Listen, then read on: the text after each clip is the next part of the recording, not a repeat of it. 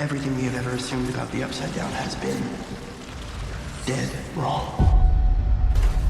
One last time. Now at last it is time.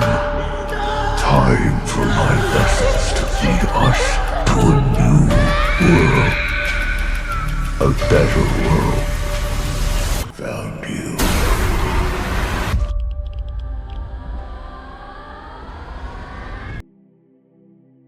Stranger Things 5 is the final season for a series that spanned so long within media history, something that's become such a big part of pop culture, something whose narrative, while floundering sometimes, has remained consistent enough to keep people coming back for more. So why does season 5, despite the bigger budget, despite more effects, and despite having more money put into it, feel like just a regular season of Stranger Things, when, for all intents and purposes, this should feel like the highest stakes season of the entire series? Why does it all just feel so predictable? Was it the time jump and starting fresh? Is it the many character moments and subplots we've seen similar versions of in previous seasons? Or have they just simply taken too long to release this final season? We are now done with Volume 2 of Stranger Things Season 5, and I'm a little bit worried for how exactly the series is going to completely wrap up. Most of my worries are based primarily around my own opinion of the series and where I want the story and character arcs to actually go or conclude. So if you thoroughly enjoy every aspect of Stranger Things 5 so far, then please don't let me stop you. There's a lot of things to like and a lot of YouTubers who mainly focus on those positive aspects. And since the video will mostly consist of my criticisms for the season so far, we'll go ahead and start this video off with some of the highlights of Volume 2, with the heroic return of Mr. Clark. Not only being the MVP of exposition every season that he's in, not only bagging the baddie, but my guy also was ready to go and do anything for his star pupil. This man is the definition of a Stranger Things character. Another highlight for me was Holly's character arc this season. Obviously the show is giving her more focus, but with Volume 1 I was worried where her story arc would go. But it seems they're not afraid to throw her into the more traumatizing situations as they were with Will, as I genuinely feel for the kid and all the horrifying experiences she's gone through so far.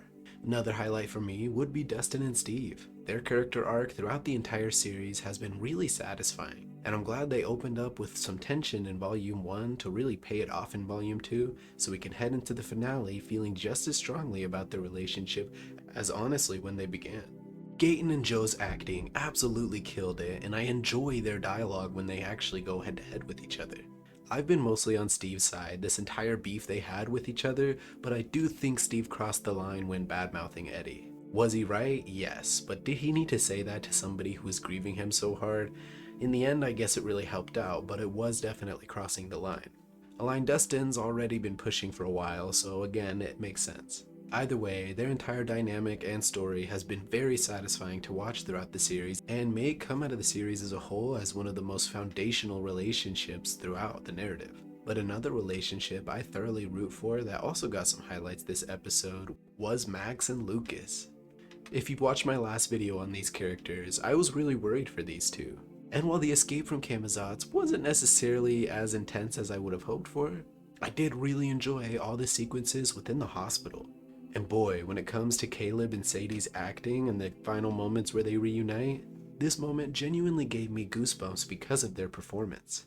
Seriously resembling the same emotional heart pull that they had in Season 4 when we thought we lost Max. A very satisfying journey they've gone on together, and a very satisfying closure to this sort of coma arc Max has been in. In regards to these characters and their narrative arc, I think it's genuinely perfect the way it was written.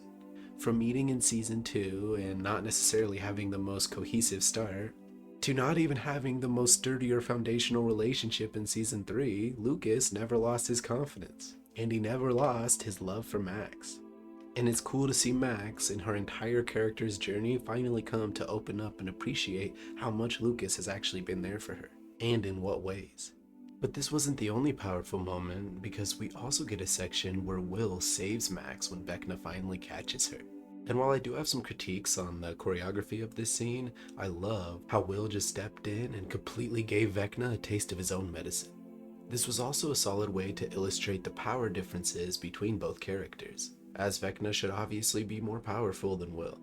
All in all, the sound design, the set design, and the overall production quality of the show continues to be top-notch.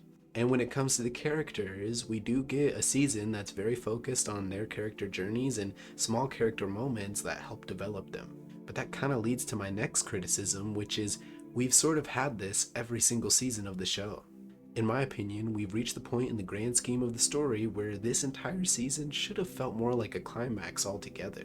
But I feel most of this season, if not a majority of screen time, is spent still developing these characters, still giving them heartwarming moments, and still focusing on these small little character beats that, while are nice and heartwarming to see, have pushed the primary action of the plot to the very finale of the entire series. Which, again, could be a very non-stop action-packed ride, but I also theorize that there's going to be a pretty long epilogue as well to focus more on the characters. But then you have to ask yourself, what are we spending so much time developing these characters for? And why exactly do these character developing moments have to happen in the most inopportune timings when it comes to the actual grand narrative of the story? And I'm not saying there's anything wrong with being a character-focused show, let alone the fact that these character journeys are really enjoyable to watch. My main problem comes with the idea that at what point does this focus on characters or even fan service begin to overpower the actual plot or the risks involved, let alone the stakes given within the story so far? Now, I broke down how Stranger Things has utilized death within the series and my own predictions and why death is important in a whole separate video.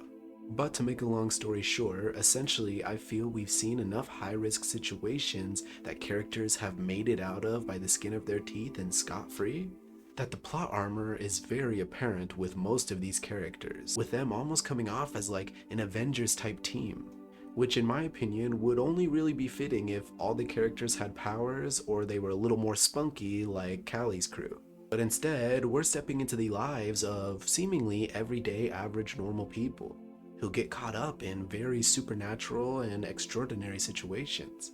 Yet statistically, the only thing that keeps them safe in comparison to any other average Joe within the story is how important they are to the script. When a Demogorgon needs to show how ferocious it is, it will mow people down without a second thought. Anyone without a name, that is. Yet when it comes to main characters, or heck even side characters like Karen, the Demogorgons will really take their time, allowing whatever to happen to them and honestly coming off as less of a threat compared to everybody else. Even in Volume 2, you have a hospital sequence where the demo dogs are coming at military-trained soldiers and they fire rounds into it with no hesitation or slowing it down whatsoever. Yet my guy Lucas is able to just simply kick one out of the way at full speed coming towards him. Again, these demo dogs are assumedly much stronger than normal individuals, considering they held a big guy like Bob down on the ground long enough to eventually stab them with their claws. Which again, these same claws at any moment could scrape or scratch any legs that are extended to kick them. Either way, the show doesn't have to be hyper-realistic or logical. I think my main problem is with a lot of this plot armor established, it's made so many of the character arcs very predictable. If my reactions didn't get copyrighted every single time I tried to upload them, you'd see that I genuinely saw Steve and Dustin's character arc from the moment they started speaking to each other. I don't want to talk to you anymore. Good, I don't want to talk to you either. Good. Oh, they're gonna have such a good freaking arc this whole season, I can already tell. Dustin's wrong. I guess my big worry is that currently my prediction is we're likely only losing one or two very obvious characters by the end of this story. Which is fine, and I'm sure a lot of people that enjoy these characters being happy will be happy with this outcome. But for me, part of why I enjoy this series is you take lighthearted or even normal characters and throw them against situations that seem scary, that seem hard to make it out of, and sometimes prove as such. Will being saved at the end of season 1 felt like such a triumphant moment because the season was so dark I didn't know if Will was actually going to survive. But now the dynamic between all these characters, I wouldn't be surprised if by the end of the season 11, Mike and Will survived, but 11 simply broke up with Mike so he could go and get together with Will, which would feel like a huge disservice to 11's character and the relationship they've been building up together. But that does highlight another aspect of the story that I found to be a little bit weird. And that is the backstepping between both Robin and Will's character arcs. In Volume 1, we see Will slowly open up to Robin in the ways that he can, and Robin, being extremely empathetic and intuitive, is able to see Will's struggles even just from a simple glance of him staring at Mike. Not only that, she's able to give advice in a very creative and not very forced way that helps Will maybe focus more on himself as a person and become more self-empowering as an individual as a whole. Yet, in Volume 2, the minute those two characters talk again, I feel like they took several steps back so they could set up a bigger moment with Will in the penultimate episode. By that I mean, Will tries to confide in Robin once more time, and she gives a response that seems very contradictive and unresemblant of the advice and mentorship that she would give him in the previous volume. It's like I could fly, you know? Like I could finally be Robin. I mean, I never would have had the guts to talk to Vic back then. Sharing that part of myself with someone else, that was a whole other thing. Which was really unfortunate because so far Robin's character has been a huge highlight for the series, especially in the beginning of Season 5. And when Volume 2 started, she was back at it, coming up with plans, getting involved. And while I thoroughly enjoyed her relationship with Vicky, what I don't enjoy is this retreading of a similar plotline where a character who's interested or likes another character, or even just has to prove something to another character, spends so much time trying to do so, only for the other character to be steadfast in their disbelief of whatever they're saying, assuming they're either crazy, wrong, or on drugs, only to eventually come face to face with said paranormal activity that said character was talking about, and being indoctrinated into the Hawkins crew to help fight against the Upside Down. Again, a well-performed moment, a fun moment to watch, but still feels very repetitive in all of the seasons of the show that we've seen so far. But there's also like 3 years between each season, so I'm sure people forgot moments like that even happened. And again, Robin's character, very enjoyable for me personally, and I'm kind of disappointed in the backpedaling she did with Will. Sure, this did give Will some time to get captured by Vecna, get tormented off screen by Vecna with coming out in the worst case scenario, and eventually coming out in the very final moments before the team decides to go into a life or death situation. And while I get the point they were trying to go for, personally, in my opinion, I would have much rather this moment of Will coming out to come from his own instigation or maybe worries that Vecna could use against him, and for this to follow up previously from his big moment in the last volume. Instead of sort of building up this self-empowerment for a character, taking it back for a little bit and then building it back up yet again. And while Noah's acting has been absolutely fantastic, and I will say the moments that we do get with him and the other characters are very heartwarming, and the coming out scene was beautiful, I just wish it was structured differently so his character didn't feel so disjointed throughout the season. And while I am happy with the focus the Duffers are giving Will this season because the character really deserves it, a character who continues to get sidelined every single moment of the show is Jonathan. This dude is very obviously not the favorite son. It's fair, no big deal. I'm sure Joyce loves both her boys. But even the rest of the cast are a little cold and aggressive with him. Which is fair because his character is never really given that serious of a moment outside of being with another character, and that is Nancy. Nancy, who not only gets to be Walk-'em Down Wheeler, not only gets to be a part of the Wheeler family, who are very integral a lot of ways in the plot, but also pushes the plot forward herself and carries Jonathan with her most of the way. And now, with them officially breaking up, I kind of fear that Jonathan's either gonna die or just end the season completely alone, and that Nancy will get with Steve, which in my opinion really doesn't make any sense at this point, but who knows. Either way, if she did end up getting with Steve, I feel like that would be a huge middle finger to Jonathan's character. So I'm hoping we do at least get some more solid moments with him before the series is finally over. Another problem I have with this season so far is what we're getting with Dr. K in the military. So far, Dr. K is completely coming off as a Dr. Brenner substitute. We do get moments where Calais refers to her as sort of a vampire, and that makes me wonder, considering the D&D references, if it's gonna be revealed she's been working with Vecna the whole time, which would be a much more preferable storyline than having yet another recreation of the same Hawkins experiments in Season 1. Another big gripe I have with Volume 2 is for how focused they were on the characters, they don't seem to have the characters remember any of the events they just went through. My primary example is with Max and Holly. Max, who has been trapped wandering through Vecna's memories for who knows how long, eventually found the exit and missed out on it because she happened to take too long dilly-dallying around, holding her own hands and running as slow as I do when I say I'm on my way to help carry the groceries in. Instead, we get Max and Holly yet again finding the moment where she can see her exit, she can run right now, and it does make sense she would want to say something to Holly in this moment so she's not left alone completely terrified.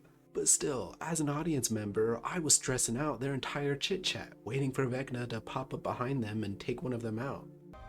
Oh, it's gonna start stressing me out, man. Palm check. Oh, man. Go! Don't take your time, just run, you learned. Run! Brother, you missed your shot last time. You're really gonna walk? I'd be jogging everywhere until I see it, and then I'd be sprinting.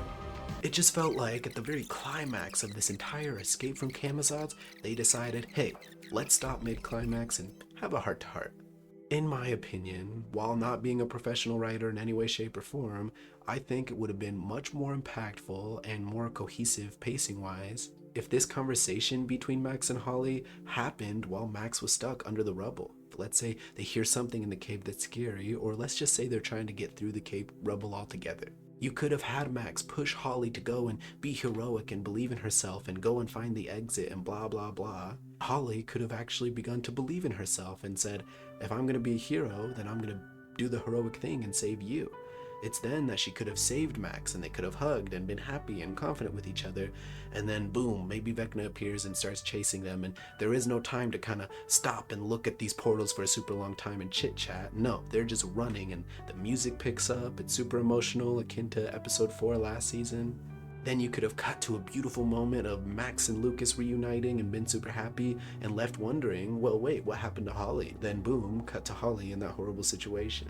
But instead, the pacing of this entire escape from Camazotz just felt extremely off to me personally. But still, I'm crossing my fingers in the very final episode, we'll start seeing some of the consequences for stepping into such high-risk situations. Outside of the obvious, like Hopper or Eleven or Callie dying. Speaking of which, I think Callie not trustworthy. She is going to betray everyone. I've said it before, I'll keep saying it. But I want to know what you guys think. Are any of our characters likely to die? Is Callie likely to betray the group? Are they going to tap into Vecna and make him remember the good? Are they going to distract him with his memories and kill him for good? Is someone going to get left behind and obviously sacrifice themselves to close and separate the bridge between the upside down reality and Dimension X? I guess the more realistic question is who is likely to take that very obvious role in staying behind and sacrificing themselves. Originally, I would have thought of this to be 11, but since they're hinting at it so hard, I actually don't think that's the case. Either way, I've enjoyed the season. The season has been very character focused, but like I said, that's kind of been every single season of the show. And while I would have preferred this season to be more non-stop, heartbreaking action, I still can appreciate the consistent, solid character development they use when paying attention to all the little details in their character arcs. Either way, let me know your favorite and least favorite aspects of Season 5 so far. And if you enjoyed the video, consider leaving a like, sharing it with a friend, or hyping it up in that weird hype option on the phones. Either way, thank you all for watching, really appreciate the support, and hopefully you guys had a good holiday season. And seriously, when it comes to New Year's, just keep yourself safe out there on the roads because it is the most dangerous time of year. Have a good one, y'all.